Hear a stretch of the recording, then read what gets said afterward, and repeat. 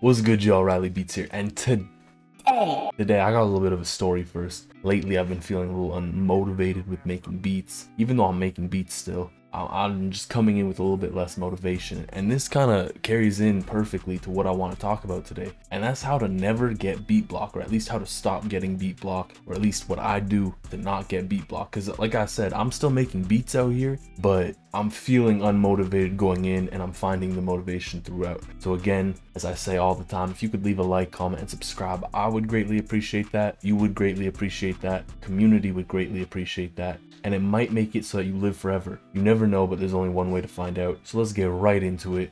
So first things first, this is my secret sauce that I've done forever. I think I've been making beats 2 years roughly at this point in my life. 2 years roughly, we're gonna go with that number. And for the first year I would get beat blocked. There'd be like a 7-month span where I just didn't make beats. You know, like I was just like, I don't know what to do. And then one day I just stopped caring. And by that I mean I came in, I just threw down some bass notes, tapped some BPM out, and just went with the flow. And sometimes you kind of need to shut your brain off and just vibe out. So this is like my main go-to trick if I'm just not feeling it. I'll come into my DAW, I'll pull up my tempo. You can tap it out if you want, and I just go whatever I feel. Like around the third click, I know what I'm feeling. Bam. Pull up FL keys, because that's usually how I like to start out. And obviously I'm not going to make a full beat here. Maybe I will, who knows. But I'm going to show a few different ways that I like to make a beat when I have beat block. But technically I don't even really get beat block. I'm built different. I'm built elite. I'm just kidding. So again, you get your tempo, whatever you're literally feeling. And then I just pick a random scale. I'm just gonna go with G minor. I made something in G minor. I feel like the scales are getting dried out. Like I've used them all so many times. E minor. We're gonna hop over into E minor. I'm gonna just throw down some bass notes, and then this is where the secret sauce comes in. I'll go with a chord progression I know works, and this is like a great time to actually shout out the Elysium one-shot kit. There's a section here called MIDI, and under this there's a section called chords, and I just threw in a bunch of chord progressions that I like in the all-white scale. So you have C minor or C major, C major and A minor, and these are just chord progressions that I like, and they're more so just meant to be like, okay, I'm just kind of feeling whatever. You throw it in, it's a basic chord progression, and you just go with the flow. So I'm just gonna pull one up, 165. I love that one. I've used it recently, so I'm not gonna go with that. Honestly, my favorite chord progressions are in here. This one kind of sounds funky. So this is in C major, which is technically just A minor. So we'll bring this down and we'll make it E minor.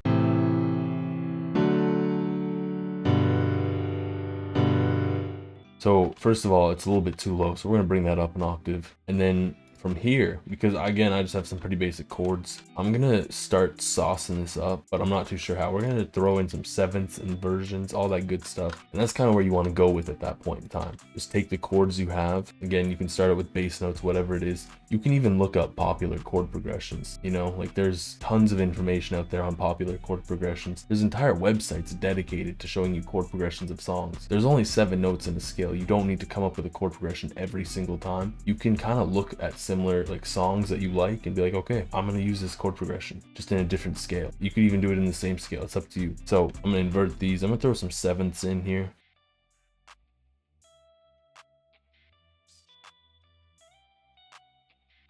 And that's kind of what you want to do. Just mess around until you kind of find where you want to go with things.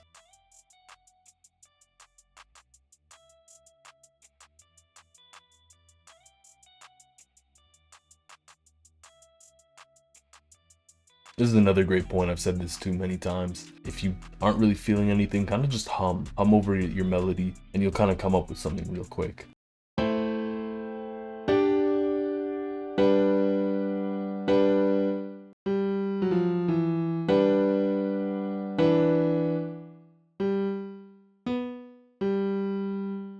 So I think this is just gonna be my chord progression. At this point in time, you can sauce it up, throw in some, well, I'm gonna copy actually the bass notes real quick, bring those down an octave. And then from here, usually I like to add filler notes. This is like my melody sauce repeated, but I'll just throw in some filler notes, kind of just feeling things out randomly. Like there's no method to the madness.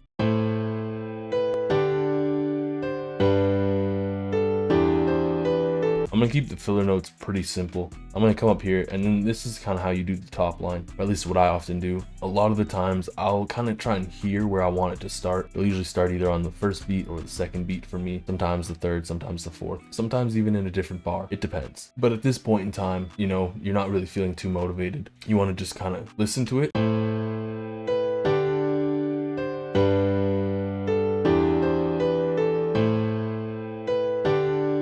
And you'll kind of just hum something out, kind of hear where you're trying to go with things.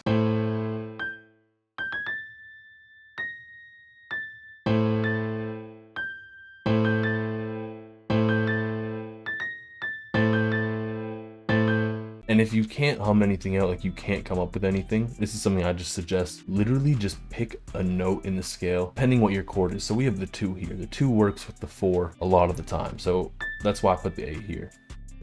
It's in the chord, you know? For simplicity's sake, you can pick something in the chord and it'll probably work. Click around a little bit. You'll catch a groove pretty quickly after that. And at that point in time, you should find some bit of motivation.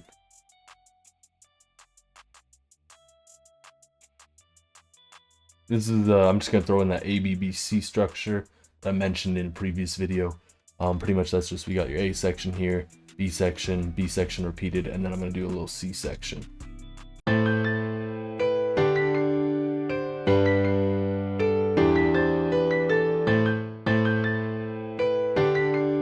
And here's a little bit of music theory sauce. So you see how there's these notes descending like that. I forget what it's called. Honestly, I don't remember the term very well. But you can have an ascending top line here.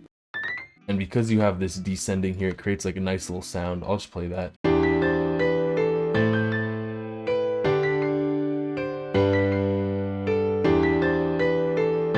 And then at this point in time, I'm gonna feel out this little mid area here because there's some space there and I wanna mess around with the space. I wanna cover this up. I wanna make it disgusting and make it messy, but in a good way. And at this point, like, I like to feel weird. Like, let's do some weird stuff.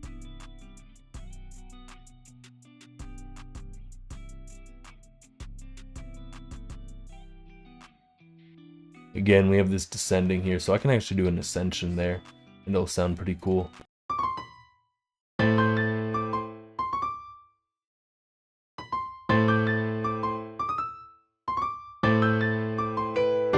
I'm gonna leave that blank actually.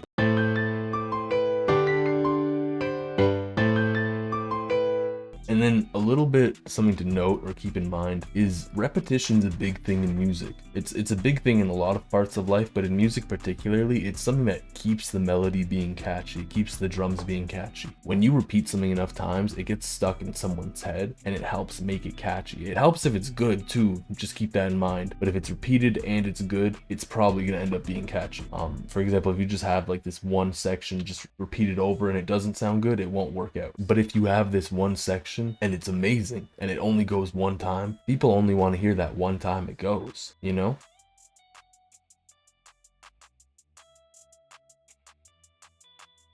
Something too to keep in mind, you got beat block, you have something kind of stopping you from making melodies or making beats in general. Make sure you just take your time, try and find where the note goes in that point in time. Try and figure out where you want to put it. And if you can't find it, just keep moving it around. There's only 12 notes on the entire piano. In Western music, there's only 12 notes. It doesn't take you that long to just go.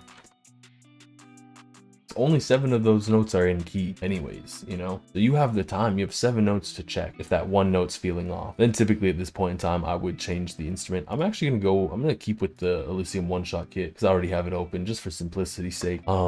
This is just kind of like, here's how I do it.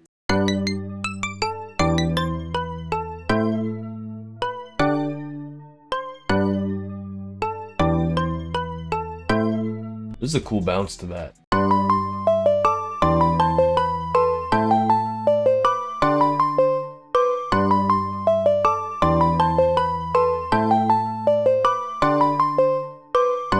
This sounds super video gamey, I love it. And then from here, this is obviously just the start to a melody. You can add more layers, you can add more sauce, whatever you want to it. You can throw in hi-hats, drums, all that good stuff. But that's kind of just how to get you started, because once you're started, you should be in the groove, you should be in the vibe, and you should be able to keep it pushing. You just need that first little kick to get you started. That's kind of the big thing for beat block, getting over the first little hump of feeling unmotivated. So we're gonna go up to the next thing. And this is just something I do a little bit more often now, because I do like collaborating with people, and I find like it hits in a nice way. And this, some of y'all, whoever says don't use loops are cheating. First of all, your mother hates you. Second of all, you're wrong, okay? There's no such thing as cheating when you're making music. Maybe you just threw on a bunch of loops, you didn't make a single thing. Well, congratulations. That's what DJ Khaled does most of the time. So back to the point at hand. It's okay to use loops. It's okay to throw in a drum loop if you are feeling not motivated to do drums. I've done it. Many people have done those kinds of things. I've used loops, and it's okay to use loops. It's actually how you collaborate as producers. Like that's how producers collaborate. Hey, here's my loop. Ridiculous. So I'm just gonna pull up a loop. This is from Troy Vicious. Shout out Troy Vicious. This is 149 BPM. There's only 3 tricks I really have to not getting beat block. I did not mean to cut that. And the third trick's kind of my favorite.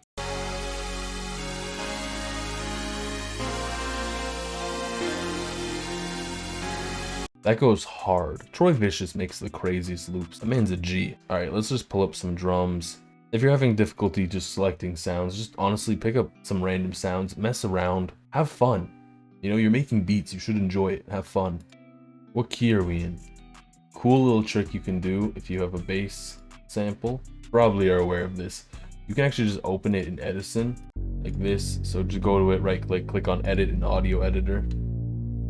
And then click the little flag and click detect pitch regions, and bam. So I go from F sharp, G sharp, A sharp, F. So yeah, that's pretty straightforward actually. If it's a good loop, a loop you're feeling, there might be a little bit of a bounce to it. At that point, you can kind of just feel out the bounce. That's the thing. It's all just getting you kicked in the right direction, just getting you off to the right start. Once you have the right start for you, you're good. You're golden. You can just keep pushing from there.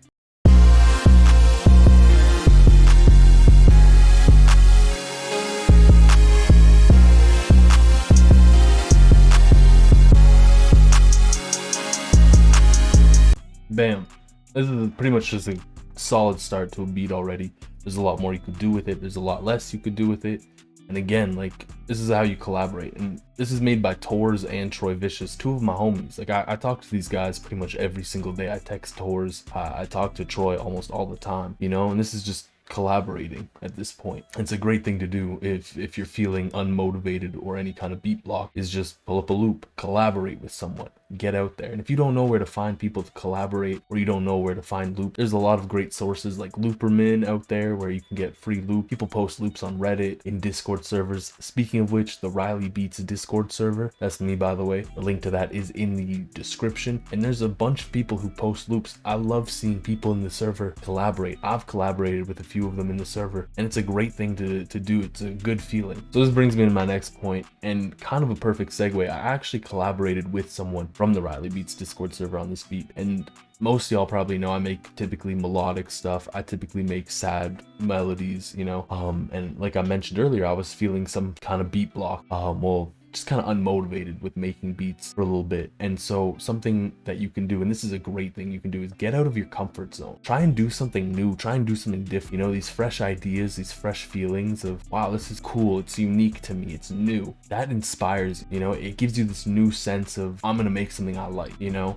I think an interesting psychology, look at that. I go from physics to psychology. I'm a man of wisdom, I guess. But there's this interesting psychology to newness in our life. So for example, if we're at a restaurant and we're full, in our mind, we're not going to want to eat any more of our food. We're going to push it to the side. But when they bring dessert, all of a sudden our mind is going to ignore our stomach, and we're going to think we're still hungry because, you know, it's that new thing. So again, mix it up. You don't need to make the same beat 155 million times. You can make new stuff. You can make stuff that you don't usually make. This changed my life. This is a little story. So this one time I was feeling beat block about a year into making beats. This is kind of when I was trying to look and trying to discover how to get over these periods of beat block, because they suck. Nobody likes them. Nobody. And so I was like, all right, I'm gonna make an Ariana Grande type beat. I was initially doing it for memes, to be honest with you. I made a full pop beat. I watched a little tutorial about it. I forget where I found the tutorial. It was like the only Ariana Grande tutorial I found that I actually kind of enjoyed. I watched it and I was like, this is kind of cool. It had like 300 views or something like that. I made a pop beat. I took a lot of things out of it that I learned, you know, like making pop beats in general. I don't typically make them. I still don't really make them very often, but I learned how to make a pop beat if I ever need to. I learned some techniques from that, you know, I learned some cool stuff. So it's a good learning experience at that point, and it's a good way to get that new fresh sense into you. And then after that, you can go back to making the same beat again that you want to make, whatever sound you want to go for. You can make that again, but you'll come in with fresh ears, you know. You may even come in with fresh ideas. Maybe you want to not collaborate, maybe you want to mix together drill and Ariana Grande type beats now because you made an Ariana Grande type beat and you thought it sounded cool. So I'm gonna play this beat for you. Like I said, I typically make melodic beats. I typically make sad beats, guitar beats. I don't often make like your typical dark trap vibe. But like I said, someone from the Discord server, they sent me some loops and I was feeling like, okay, I'm gonna mix things up a bit because I'm feeling a little unmotivated. I pulled up the loop and I whipped up this beat. Kind of sounds hard in my opinion. Not really what I usually do, but it does go hard in my opinion. So shout out to X-Teen for the loop. And with this being said, I kind of collided or collaborated or brought in 2 points that I mentioned, trying something new and also collaborating with people together to just try and motivate myself a bit more, give myself a little sense of excitement in what I'm doing. And it worked out great. Honestly, I was showing off this beat to a few homies and I love it. So thank you all for watching. Peace.